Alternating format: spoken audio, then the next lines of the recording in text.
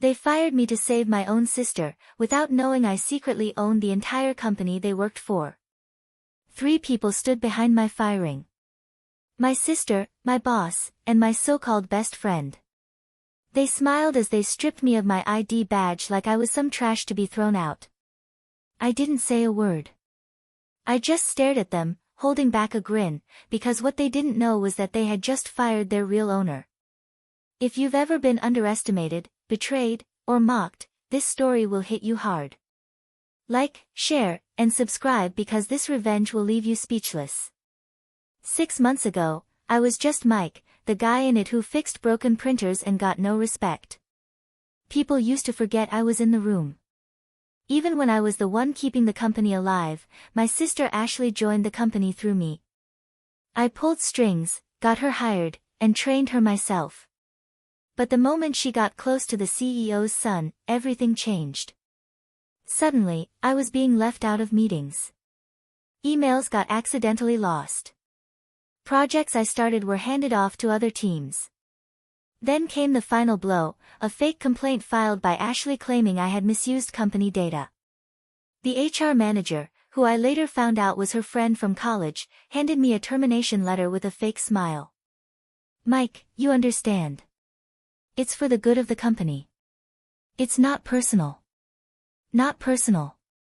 She was my sister and she just cost me everything I'd built." Or so they thought because while they were busy playing office politics, I had built something bigger. 5 years ago, I started a silent venture with a shell company using my tech skills to develop cybersecurity tools. That shell company, it slowly started acquiring shares of this very company. I kept everything hidden behind proxies and business names. No one knew, not even Ashley.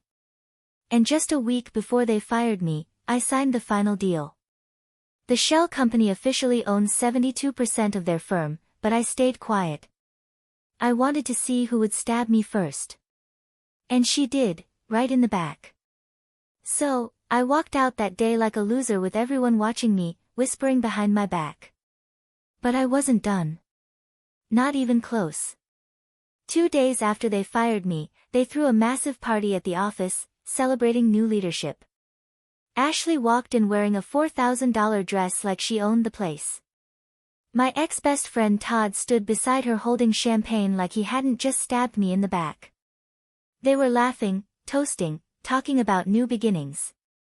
But what they didn't know was that I had already scheduled a mandatory board meeting for that evening, under my real name. At exactly 7:01 p.m., every senior executive received an alert. Emergency ownership review attendance required. Ashley was confused. "Why is the board calling a meeting without consulting me?" Todd said, "Maybe it's about your promotion. You're about to be officially named CTO." She smiled. But that smile wouldn't last. The boardroom was silent when I walked in. Ashley's jaw dropped. Todd's glass nearly slipped from his hand. The CEO, our uncle, squinted and asked, "Mike, what the hell are you doing here?" I calmly took the seat at the head of the table. Then I slid a file across to the board's lawyer. "These are the ownership documents. You might want to read them out loud." The lawyer looked confused until he flipped through the file. Then his eyes widened. "This can't be right. This document shows that a holding company named Sinet Global now holds majority shares of the firm." He turned toward me and according to these records, you are set sole owner. The room went dead silent. Ashley whispered, "This is a joke, right? He's just an IT guy." I looked at her and said, "Correction, I was your IT guy. Now I'm the reason your paycheck exists." Everyone was frozen. The board members began whispering among themselves. The CEO stood up, angry. "You manipulated us. You went behind our backs." I leaned forward. "No, I played the same game you taught me.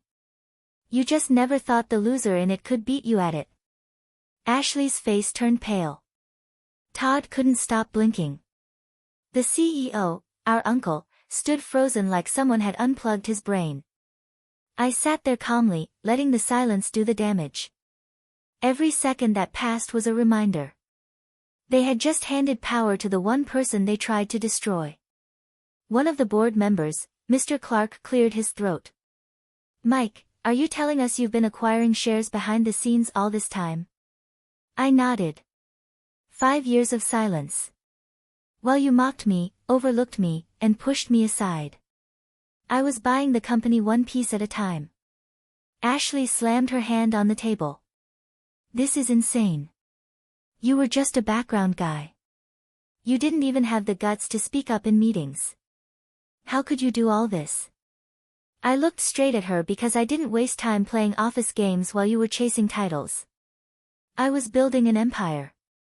The board lawyer confirmed everything legal, valid, irreversible. And then I dropped the second bomb.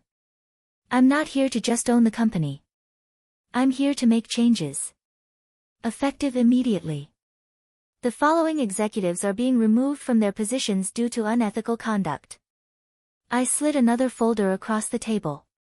Inside were records, emails, transactions, manipulated reports.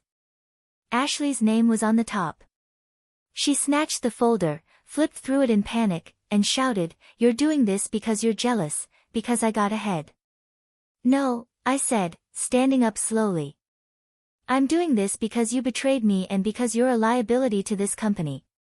Todd jumped in sweating. "Mike, we're friends. Come on, man. Don't do this." I turned to him, my voice calm but sharp. "Friends don't sell each other out for a quick promotion. You could have walked away. Instead, you joined them." He didn't say another word. The board had no choice. My ownership percentage gave me full voting power. Within minutes, I had them removed from their positions. But I wasn't done. I reached into my folder and pulled out 3 letters sealed. I handed one to Ashley, one to Todd, and one to my uncle.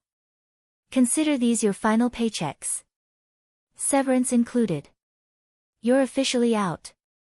Ashley's voice cracked. "You can't do this. You can't just erase us." I looked her dead in the eyes. "You fired me to protect yourself. Now I'm just returning the favor." I walked out of that boardroom with every eye following me. But as I reached the door, I paused and said one last thing. "Oh, and that company retreat next month in Bali's still happening, just without you." But what they did next changed everything. I thought it was over. I thought firing them would be the end of it. But I had no idea how far they were willing to go to destroy me. 3 days later, I started receiving strange calls. No one spoke, just silence on the other end. Then emails started arriving. Anonymous threats, fake lawsuits, ridiculous claims about company fraud. At first, I ignored them. Thought it was just noise. But then someone broke into my condo. Nothing was stolen, but my laptop was open. Files had been accessed. It was a message. I checked the security footage. Someone had used my old key card. The same one I'd used back when I was just the IT guy. Only 2 people still had access to that keycard system. Ashley and Todd. I knew they were behind it. But what I didn't know was how desperate they had become. I found out later that after I fired them, Ashley tried to launch her own tech firm using stolen files from the company. But when investors did a background check, they found the scandal. No one wanted to touch her. She was blacklisted. And Todd, he went crawling back to a competitor begging for a job. But somehow every company already knew about what he did. They thought I had leaked it, but I hadn't said a word. They were falling, crashing hard, and they blamed me for all of it. So, they came up with one final plan, a plan to take me down completely. It happened at the company's annual shareholder meeting. My first one as majority owner. Everything was perfect. The presentation, the numbers, profits had soared since I took over. But just as I stepped onto the stage, someone shouted from the back, "Mike, Williams is a fraud. He stole this company."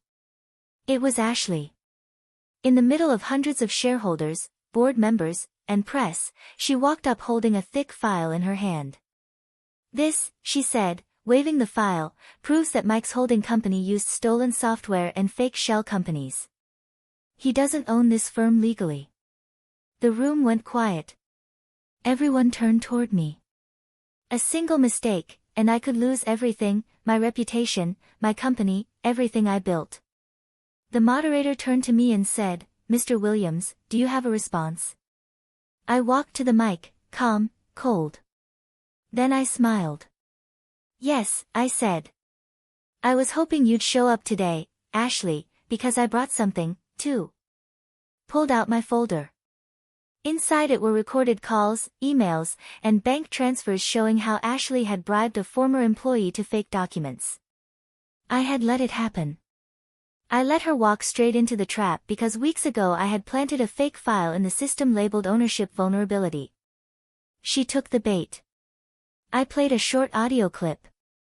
Her voice was crystal clear. "If we leak this, it'll ruin him. Doesn't matter if it's real.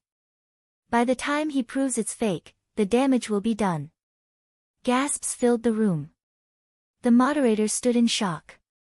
One board member whispered, "Oh my God." I turned back to Ashley and said, "You taught me how to play dirty. I just got better at it." Security escorted her out. The audience applauded, and I looked out at them and said, "This company was built on silence, betrayal, and politics. But from today forward, it will stand for something better." But just as I thought the game was over, a letter arrived at my desk the next morning from someone I hadn't heard from in 15 years. The envelope had no name, just my office address and a gold-embossed seal I hadn't seen in over a decade. I opened it slowly. Inside was a single handwritten note. "We know who really funded Cynet Global, you're not the only ghost in this story. Let's meet." My heart stopped. There was only one person who ever signed their name like that. Daniel Carter, my ex-business partner. The man I thought had died in a car crash 15 years ago. But if he was alive, that meant everything I built wasn't just mine. See, back when I started Cynet, Daniel and I were nobodies. Two broke tech nerds working out of a storage unit, coding day and night. He was brilliant but unstable, greedy. The kind of guy who wanted shortcuts instead of strategy. He wanted us to sell our code to a foreign investor, one with serious red flags. I refused and then the accident happened. His car went off a bridge. Body never found. I moved on. Built Cynet alone, or so I thought. I followed the instructions in the letter. An empty warehouse on the edge of the city. Midnight. When I arrived, he was already there. Same smirk, same leather jacket. Like he hadn't vanished off the face of the earth. "Long time, Mike," he said, stepping out from the shadows. "I thought you were dead," I replied. He laughed almost. "But watching you take the company solo, that gave me a reason to come back." Then he pulled out a flash drive and tossed it toward me. "What's this?" I asked. "Proof that your entire shell company was seed funded through an account I set up, which means legally I own 49% of Cynet." My stomach twisted. "That's not possible. You were gone. You signed over everything before I forged the signature," he interrupted, grinning. "And now I want in. Half the profits, half the power, or I leak everything. The board, the media, your investors, everyone." It felt like the floor dropped beneath me. I had just taken down my enemies, exposed betrayal, rebuilt my name from dust. And now the ghost of my past had returned to reclaim half my empire. I stared at him calm. Then I smiled. "You didn't come back for power. You came back because you're broke." His grin faded. "You wouldn't have waited 15 years if you were doing well. You've got nothing. That flash drive is a bluff." He stepped forward, voice low. "Want to bet?" I handed him a folder. "I already knew you were alive. I've been tracking the offshore account you used to fund Cynet and I bought it 6 months ago." His eyes widened. You used a dead man's account and I used it to bury you legally. You don't own 49% of anything. You're just a ghost. Security lights flickered on. My private legal team walked in. Daniel backed away. You set me up. No, I said I finished the story you tried to erase. As he was escorted out, I stood there breathing deeply.